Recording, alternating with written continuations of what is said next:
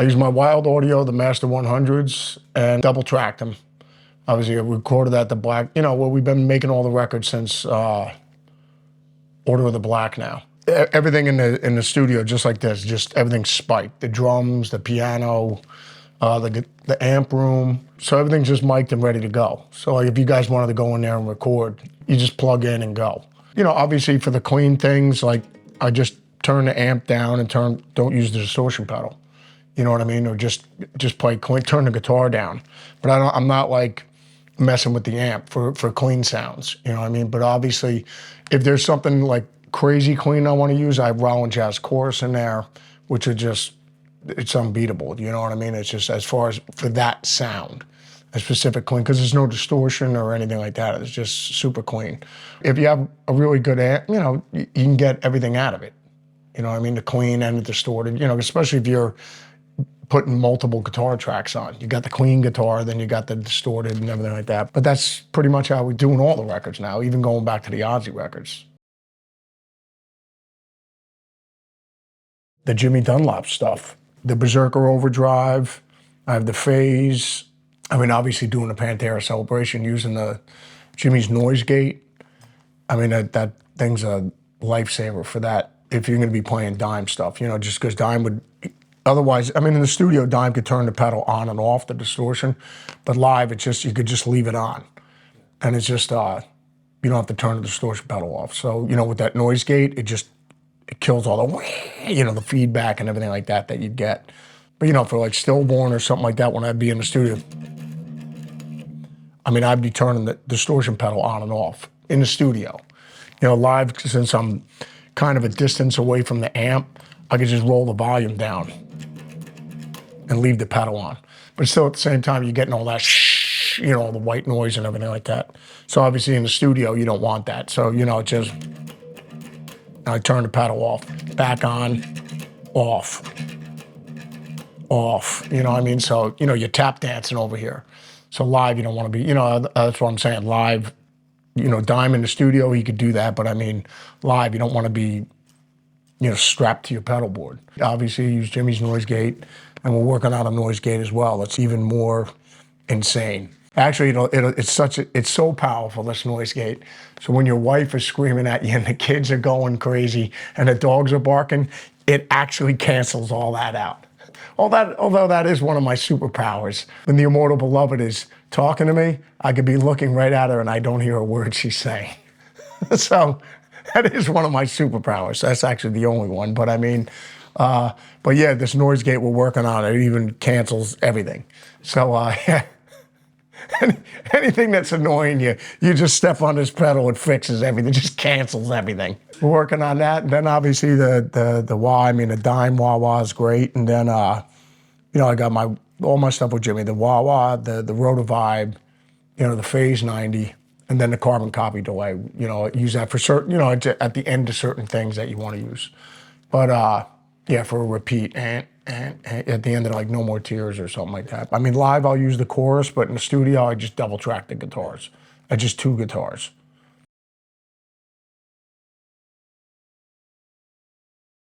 I think it's all important in regards to if it's a certain sound you want. You know what I mean? Like Robin Trower needs a Strat with single coil pickups, or whether it's a Les Paul with single coil pickups. I mean, that's his tone, is single coil.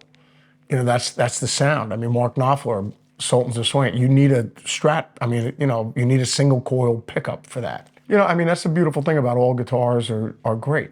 Whether you're using a humbucker, whether it's a Les Paul, a Strat, a Tele, the pickups, obviously. I mean, there is no bad or there is no best. It's whatever you're hearing for that moment. You know what I mean? I mean, for me, it's just double coils and obviously the EMGs, just because they're so tight, and it just cleans everything up, and it's just super tight, the attack, and it just brings everything up, the highs, the lows, the mid, it's a great pickup. So I mean, I was sold on them years before I started playing with Oz, but I mean, yeah, but it's just great. You try different things until you get something you like. I mean, that's what I'm saying. All amps are great. It just depends on what tone you're looking for. There is no right or wrong. It's just whatever you're hearing. You know what I mean? I remember when Jimmy Page, reading about Jimmy Page with Black Dog, saying he went straight into the console. I was like, you went to, I was like, I don't even understand that. You know, like it's not an amp. You know, but like he probably listened to it. And he was like, dude, this sounds amazing. Let me just do this for this track. The results speak for themselves. It sounds amazing. That's the beauty of being in the studio and recording. You know, you could do. There is no ceiling. It's wherever your imagination takes you.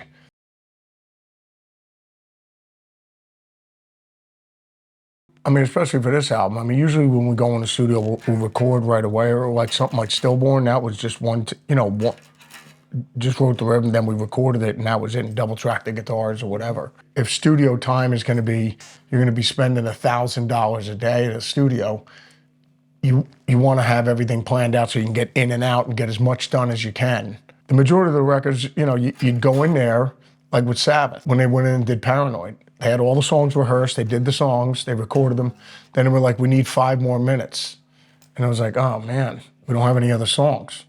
So, and then right there on the spot, it was just like, all right, well, we'll go out and make a food run, see what you can come up with. Just, you know, we need a quick song or whatever.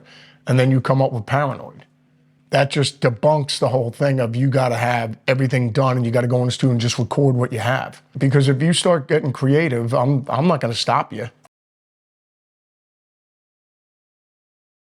But yeah, I'll just go over, I mean, some of these licks just because it'll give you ideas just to incorporate in your playing, you know what I mean? So, I mean, actually one of the licks in, was it in Name and Blood, the one solo.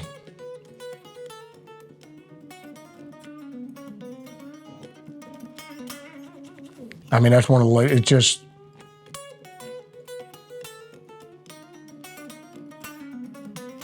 I mean, so it's just a matter, I mean, they're pentatonic scales, but with chromatics in them. I mean, a lot of jazz and bebop and stuff like that, you know, Pat Martino, Joe Pass, you know, they use a lot of chromatics. It just sounds amazing, you know, but where you have your normal pentatonic.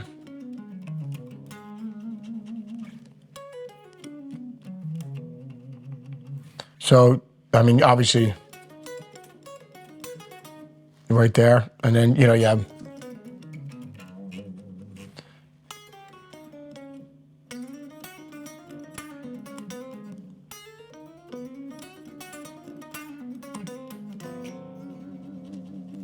but there's one like it just, once again, you know, just so you can get some ideas for yourself, and just start noodling around with it and see where it takes you.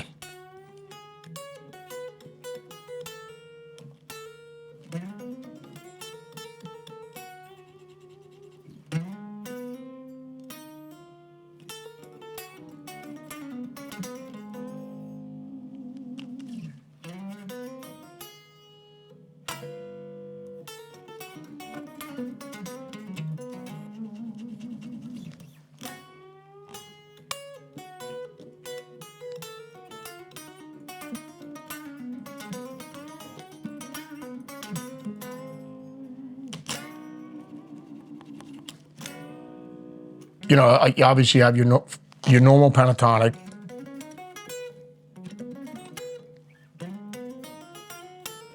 Just adds flavor to it.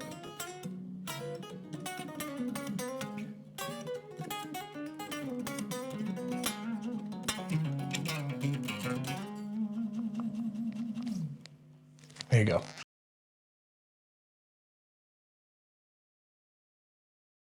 Well, I mean, the chicken thing, I remember seeing a video on Albert Lee, you know, one of those Starlix videos, and I was just like, wow. And, you know, and then a lot of, you know, bluegrass players, I mean, these guys are some of the best flat pickers on the planet, just super clean and just lights out. But, yeah, but the Albert Lee thing, I mean, you know, and just, you know, getting that video and just seeing, you know, with all the banjo rolls and, you know, stuff like that. And, you know, Mama, I'm Coming Home. I mean, that's just, I mean, that's a country band. You know, I mean, we're trying to emulate a pedal steel kind of thing. But, I mean, you know, stuff like that. I mean, the Crimea River stuff. Yeah,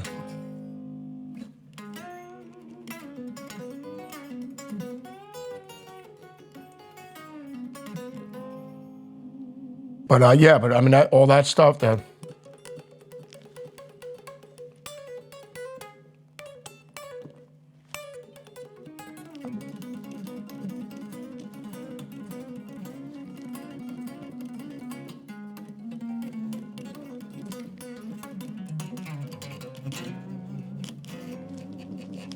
Just get an Albert Lee video, you'll be fine. Yeah, I mean, now you got YouTube, you can just watch Albert Lee all day long. But he's the king of it, though. A lot of great guys on Instagram too. I mean, which is awesome. That's the great thing about social media, and it's very musical, and they're speaking. It's not just fast for the sake of being fast. It's speaking.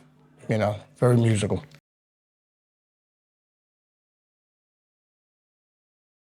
Well, no, I think it's just my love of Sabbath and everything like that. I mean, like with Oz, it would just be free reign to do anything.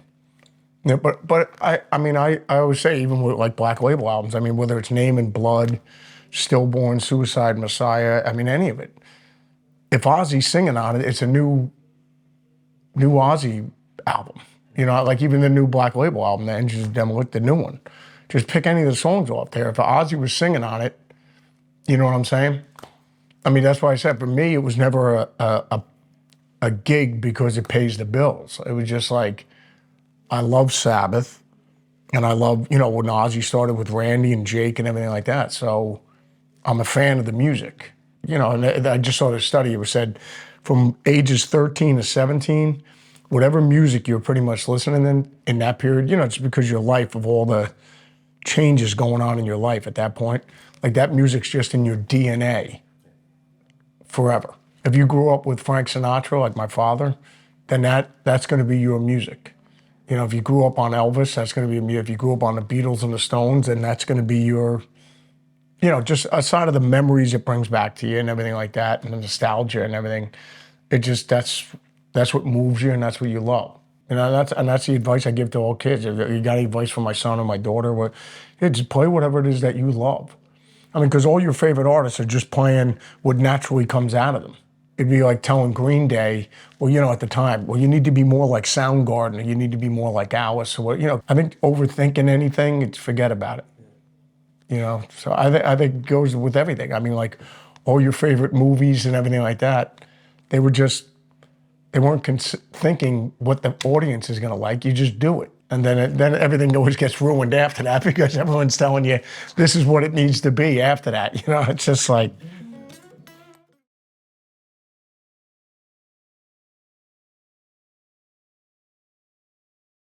Everything's always advanced. It's always been, everything, even music or whatever. I'm saying recording techniques have always been advancing. So, because I remember somebody was saying, oh man, could you imagine if, Jimi Hendrix was around making those records, if he would have had Pro Tools? And I go, they wouldn't have been what they became. Because then you only have such limited access to, you only have X amount of things to work with. So now you have to force yourself to be creative with with the limited amount of stuff you have. You know what I mean? So therefore, it would have completely changed the trajectory of the outcomes of those records if they had Pro Tools and 48 track boards, and it just would have changed. It wouldn't have been the same. You know what I mean? It's because you're changing the situation. But yeah, I think Jimi Hendrix and Pink Floyd, between them making Dark Side of the Moon when they made it and making it if they made it today, it was amazing what they created then because you only had limited resources. For Stairway to Heaven, Jimmy Page might have had 4 of us mixing it at the same time. Like Jimmy telling us, like, Zakk, bring down that thing right after the second verse, bring that delayed, the reverb down a little bit and then bring it back up. You know what I mean? And then if we all mess up, then you got to do it again. So I mean, that truly was the art of making records then. So, now where everything's at, where you could just set it and it stays there, which is brilliant too. So because I mean, that's fixing and not having to do that. Or you get a really good take with the background vocals, you can just fly them in now. So whereas back, you listen to those Eagles recordings, they had to sing them every chorus. There was no flying it in. I think with the younger generation, I think they'll be fine. You know what I mean? Because that's what is going to make them them. You know what I mean? Each generation. So I think it's all good. This fiddle here is obviously known as, this is the Wrath Maker. It's just a mahogany body. Usually we want to put a nice, beautiful flame on the top. That'll be a veneer, and that goes on top of the mahogany. And, you know, so you want to put a nice quilt or a flame on there. Ebony fretboards, obviously some of the other ones are maple back of the neck. Because on my original Grail, it was, you know, it had a maple neck and then the ebony fretboard. And then, but I mean, this thing has all the upgrades too, though. The Tone Pros hardware, which is great. And then obviously the EMGs and the Grover tuners. They're all upgrades that you would put, that I would always put on my Gibsons or my Eppies. But with this, it's already on there. And the 60, what do we got on here? 6100 fret wire. It's not scalloped, but I mean, it's got a little bit of height on it, which I love. Well, the Grail is an 81.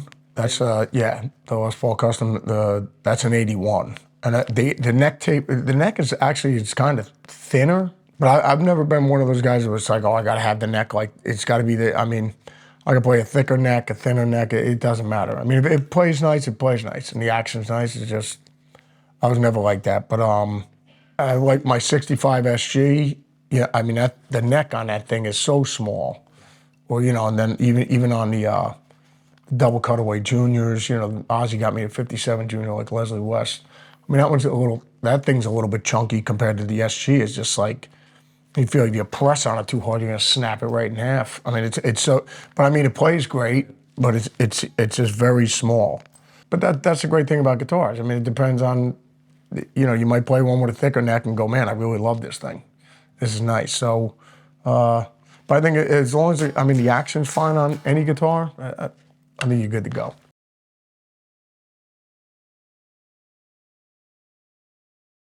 This is Name and Blood off the new album, Engines of Demolition. This one's in drop B tuning. So we're in drop C to begin with. So once you get down to drop B, the only people that can really hear this is you and Wales, because it's way down there. But I mean, so what this is actually your low E is tuned to your B string. So.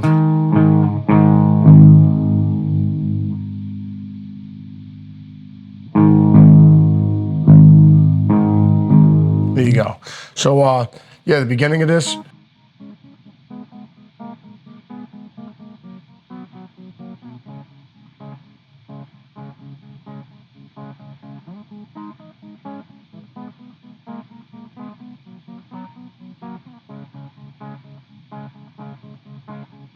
I mean, so that the actual picking thing on that is from the actual line in the song.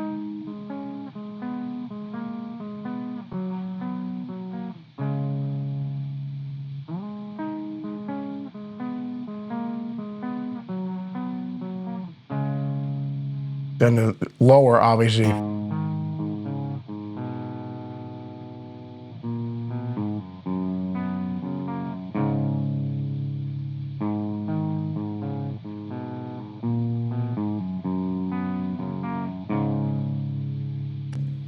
And then obviously the main riff, it's.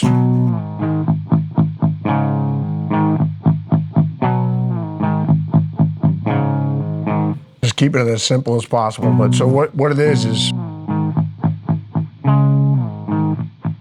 because this here, that's an E, and then you got your B.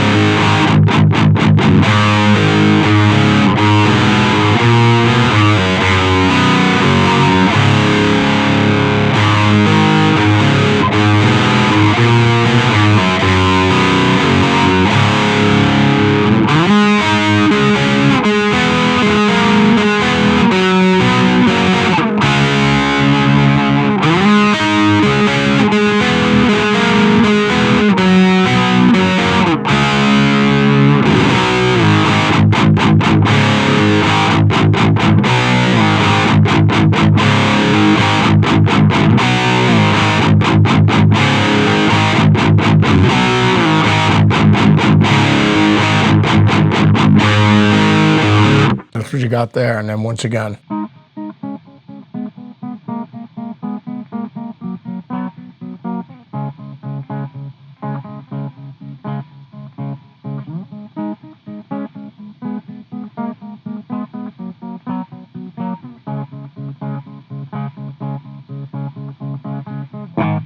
And that's that, Name and Blood. Well, no, I always end up telling younger players, whatever, guitar you ended up learning on, always never sell them. Always keep them, man. You know what I mean? So you just go, yeah, that's my first guitar, or what? Don't ever sell them. You know what I mean? So yeah, because you got too many memories attached to that, and just never get rid of them, because it's got the mojo. You know what I mean? And you could always play on it again. If it inspires you to write some new stuff. So yeah, that's my recommendation. Don't ever get rid of your original guitars. Always keep them. I remind you, otherwise you can go on eBay and try and hunt them down and see who's got the guitar, and then you're gonna have to buy it back. Yeah, we actually saw Dime. We were playing in Dallas, and then I think we were driving to Oklahoma or somewhere, overnight. We had another 12-hour drive or something. But I remember when we woke up in the morning, the guys didn't lock the back of the U-Haul trailer on the back of the bus. So the trailer, the door went up and gear was falling out. And actually in the chainsaw case, that Gibson chainsaw case, the Grail fell out of the back on the side of the road. I just figured it was gone forever. We had people looking on the side of the road for it and everything like that. So somebody saw the thing on the side of the road, got it, brought it to a pawn shop, and then the guy who had it in the pawn shop, and when I had put want ad out to try and get the guitar back because we lost it, he took off the pickup case and it had ZW in the back of it underneath the pickup, and he just like, this is Zakk's guitar. So we ended up getting the guitar back, and I swapped him one of my the signature Zakk Wylde, the Gibsons, the Bullseye, and then we gave him that, and then I got the Grail back. But yeah, I still got it. Yeah, totally. I thought it was gone forever, but then, I got it back. Thank the good Lord. And I wrote my first song on that with Ozzy, Miracle Man, and recorded that album, and No More Tears, and everything with that.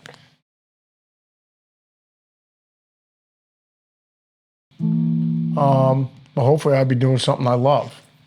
And that's what I tell my kids. Just, yeah, be like your dad. Be like me. Do what you love. You know what I mean?